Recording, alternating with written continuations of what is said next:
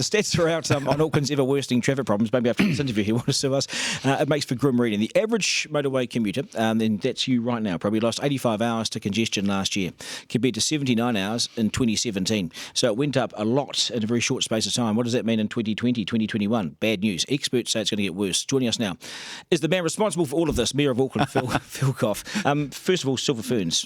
Yeah, fantastic. What about a parade? Civic parade? I just texted the Prime Minister 20 minutes ago. She got back to me immediately. Grant Robertson's onto it. There'll be a welcome home for them. There'll be a welcome home. Look, we were wanting to have a welcome home for the joint winners of the Cricket World Cup.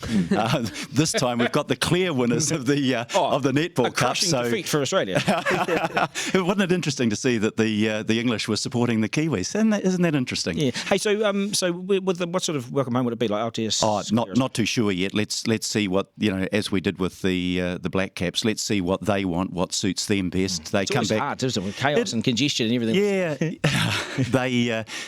they come back. They've got a long trip. They've been away for a long time. They're tired, but great to pay tribute to the world champions, the Silver Ferns, the Golden Ferns. We'll have to call them now. They're Golden Girls. No, that's okay. A different thing again. Now, let's look for some accountability. Let's look for Philip. Let's look for some accountability here. Will we see congestion ease in Auckland? You'll certainly see public transport congestion eased because we're building the busways. Government's going to build the light rail. They keep promising me. We're getting on. We're doing the CRL. What we've seen, if you look at that report, they say rampant growth in congestion, 2015, 16, 17, eased last year, partly because of the Waterview Tunnel, and I was quite proud to be part of the government that made that decision. I knew you'd say that. Yeah. Well, you've got to claim credit for things. You get blamed for everything, so you must blame everything else. What you're responsible for. What the government projections are is that we will hold congestion on the roadways, but when you're growing by 40,000 people a year, that's a big challenge. You're running fast to stand still. Do you stop growing? Do you pause? You can't. That's not a decision that we can make at a local government level, and it's a imperfect way of dealing with it at the central government level, quite frankly. But quite frankly, the truth is we can't keep up with the growth, can we? Well, we have to. I mean, that's... But can we? Yeah, I believe we can. Where does the problem lie? If we had growth at record levels year after year, and we didn't have more money going into infrastructure, and therein lies the problem. How many decades behind are we? How many years behind do you think? It's hard to put it that way, but... on Friday, I signed the deal for the C3, the tunnels and the stations for the City Rail Link. I should have actually been cutting the ribbon to open it. It was 5 years late, and it's not with us until 2024. Why? And that's the frustration. Why, Phil? Why? Well, the government of the day didn't believe it was necessary. They came around to that way of thinking, but like everything in New Zealand, we tend to be behind the eight ball in terms of our infrastructure planning. We've got to put more money into it, and to be fair to the current minister, we got $18 billion out of them in the Auckland Transport Alignment Project last year. 28 billion going into the whole thing. Phil, but that's $20 billion, and we're not going any quicker. Well, that's because we're growing by 40,000 people a year. Or do we stop growing? No, we've been over that. I don't know if we have. No, the answer is to keep the infrastructure up to speed with the growth. And we're starting to get that in housing now. Record numbers of houses being built.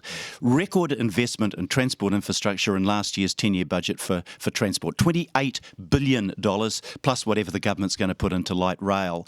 But, frankly, you're running fast to stand still. Yeah, so we've got to keep that pressure on. That's the ambition of the day, isn't it? Running fast or standing still. Yeah. But let's look at the good side of it. We had 100 million public passenger transport trips a year last month. That's growing at 8-9%, 11% on the rapid transit networks. Even cycling went up by about 11% last year. Why don't you make public transport properly free, for a trial for 3 months, 6 months, 9 months, a year? Because what Auckland is to break the car culture. Yeah, because what you're trying to do is say, how can we spend this budget? We've got to expand our services, we've got to improve the quality of the services, and we've got to keep fares reasonable. Now, if you charge nothing to go on public transport, that would chew up much of the budget we've got to expand congestion charging transport. Then for cars going into the CBD, into that CBD ring. Why don't you get on with it?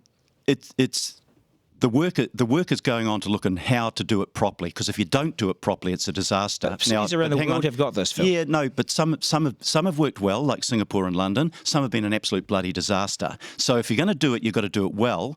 But listen to this point.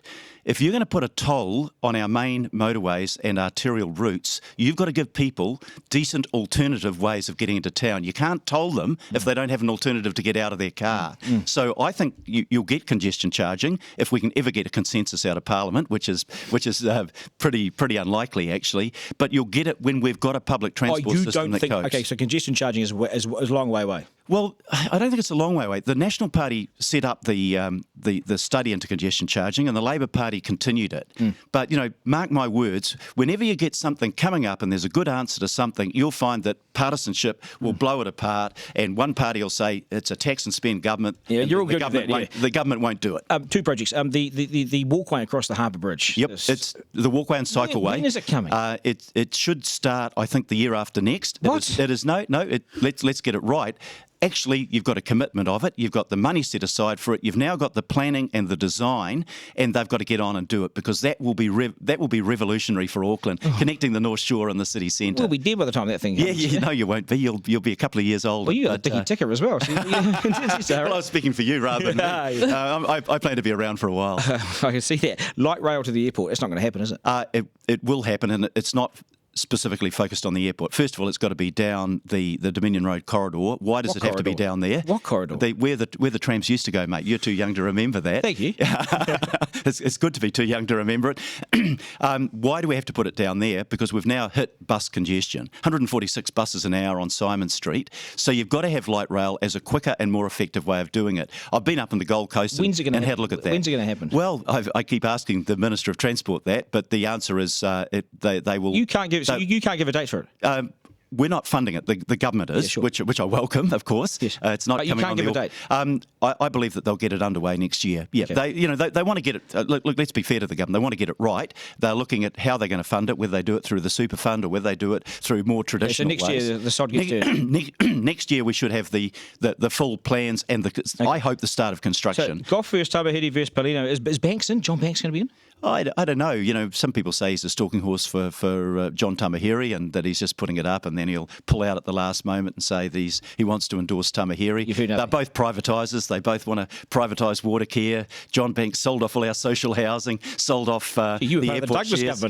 Yeah. But you'll recall that I strongly opposed that as leader of the opposition. You haven't heard anything about Banks, though? Yeah, I've heard the comments. Look, if John really feels strongly about wanting to change the direction of the city, he shouldn't be saying, I'll look at the public opinion polls first to see whether I'll win. He should be saying, I'm going to go in there and fight on my values and fight on my policies. He's a challenge. It looks a little bit opportunistic, doesn't it? All the best navigating your way to work this morning. Yeah, I got here in 33 minutes, which is not bad from South Auckland. Not bad. It'll take an hour now to get to the office. Yeah, it might. Good stuff, Phil. Appreciate your time. Hey, thanks, Duncan. Auckland Mayor Phil Goff.